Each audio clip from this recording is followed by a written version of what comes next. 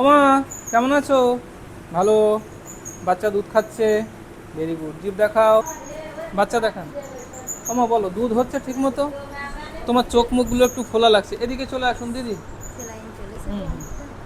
আচ্ছা, এই মাটা থ্যালাসেমিয়া মাদার, থ্যালাসেমিয়া আছে তাই তো?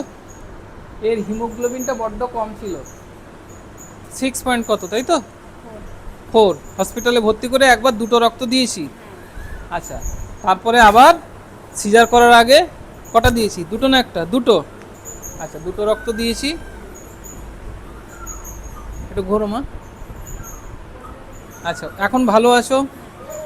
এখন হিমোগ্লোবিন ঠিক আছে, 9 সাড়ে 9-এর আশেপাশে আশা করি আছে। তাও আমরা একবার একটু হিমোগ্লোবিন করে দেখব, যেহেতু ক্রনিক একটা অ্যানিমিয়া আছে। এর আয়রন লোডটাও বেশি আছে, এই জন্য আমরা ভালো করে আয়রনও ওকে দিতে পারিনি। রক্তের উপরই ভরসা করে আছি। বাচ্চা দুধ খাচ্ছে ঠিক মতো? Very good.